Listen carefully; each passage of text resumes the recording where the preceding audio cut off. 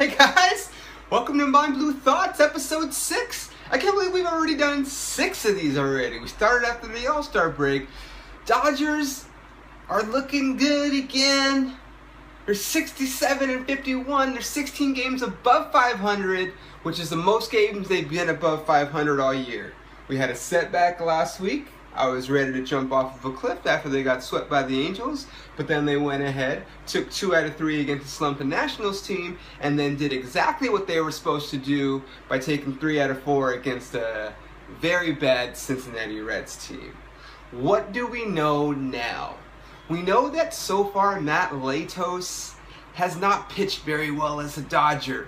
We also know that Alex Wood has pitched okay, and that Brett Anderson has been very consistent all year long. Brett Anderson has been very consistent. If the playoffs started right now, which, by the way, if the playoffs started right now, the Dodgers would be in them. If the playoffs started right now, the Dodgers rotation would be Kershaw, Greinke, Anderson, and then because of the inconsistency of everybody else, I've got to think Kershaw and Greinke would just go back on short days rest. Although in the playoffs, you get the extra days, so maybe only one of them would actually have to go on short rest. Kershaw would be the guy to do it. He's done it a couple times before. He's fared well, and he's fared not so well, as we all know, against the Cardinals. So I would love for someone else to kind of emerge to be that potential number 4 guy so we could have a 4-man rotation. That means in a 7-game playoff, you would face Kershaw and Greinke a total of 4 times. That's 4 wins in my book, if you ask me. But while we're on this subject, obviously, Zach Greinke's going to win the Gold Glove this year. But did you guys see his fucking bat flip when he hit a jack yesterday? Zach Greinke has 2 home runs this year. The first time a Dodger pitcher has hit 2 home runs since 2000. Darren Dreifert was that pitcher. I was there. I saw him hit 2 home runs in a game. That's beside the point. Zach Greinke hits home runs and he flips the bag. Matter of fact, Zach Greinke flips the bat more than Puig does now. Puig has kind of settled down on his bat flipping skills. Zach Greinke has picked up the slack and started flipping the bats and he hits jacks.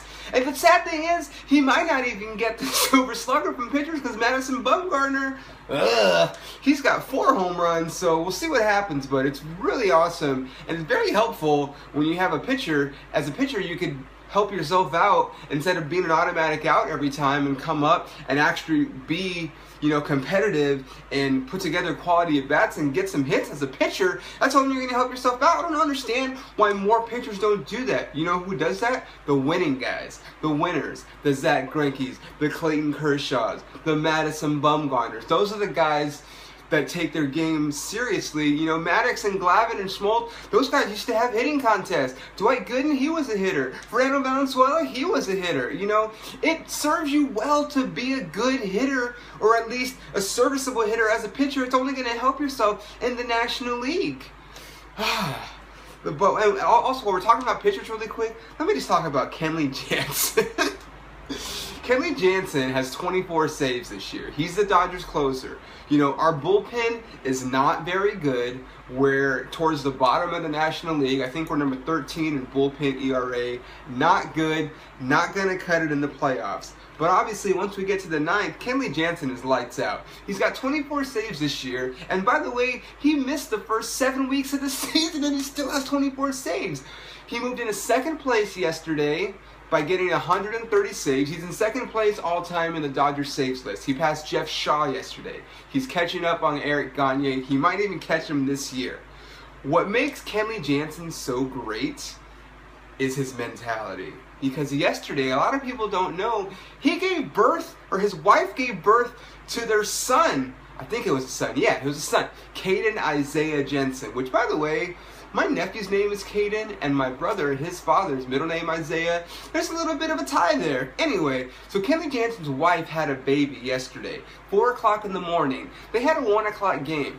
Kenley Jansen told Dodgers management that they were going to induce labor so she could have the baby so that he can be back at Dodger Stadium to help the team out if they needed him to save the game. Are you fucking serious? How many times do you hear about, players leaving from maternity leave and so forth? That's great. Like, there are obviously things much more important than baseball, family, stuff like that. When you have deaths in the family, like, those are serious things. But he told his wife, hey, guess what? You're going to have this fucking baby so I can go to Dodger Stadium and help my team win a game so we can make it to the playoffs so we can win a World Series. And when they asked him after the game how he felt about taking the saves, number 2 on the saves list, he said exactly what he wanted to say. He's like, stats are great, but winning is what matters. Winning is what matters. We got guys like Ethier and Jensen and Zach Greinke was flipping fucking bats. Like, these guys want to win. Kershaw wants to win. They're getting it. We have guys on the team that want to win. There's nobody huge. There aren't offensive stats that are jumping out at you. But here's a stat that might jump out at you. 9 guys on the Dodgers have double-digit home runs. 9.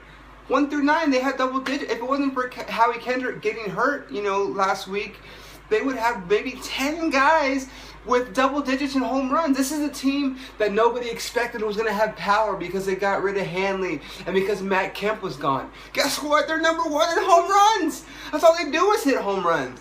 And they have started to kind of run the bases a little bit too. They stole more bases this month so far, 8, which is not a lot, obviously, than they have stolen in any month all of the season. So I think they're starting to realize that, yes, they have a power team, but they also have to do little things in the playoffs, to manufacture a run here and there, steal a base, bunt a guy over. These are the things, these playoff games are going to get won by 1 run, 2 runs, if that. So if they could do little things like set a guy in motion, steal a base, manufacture a run, they're going to be a lot better off.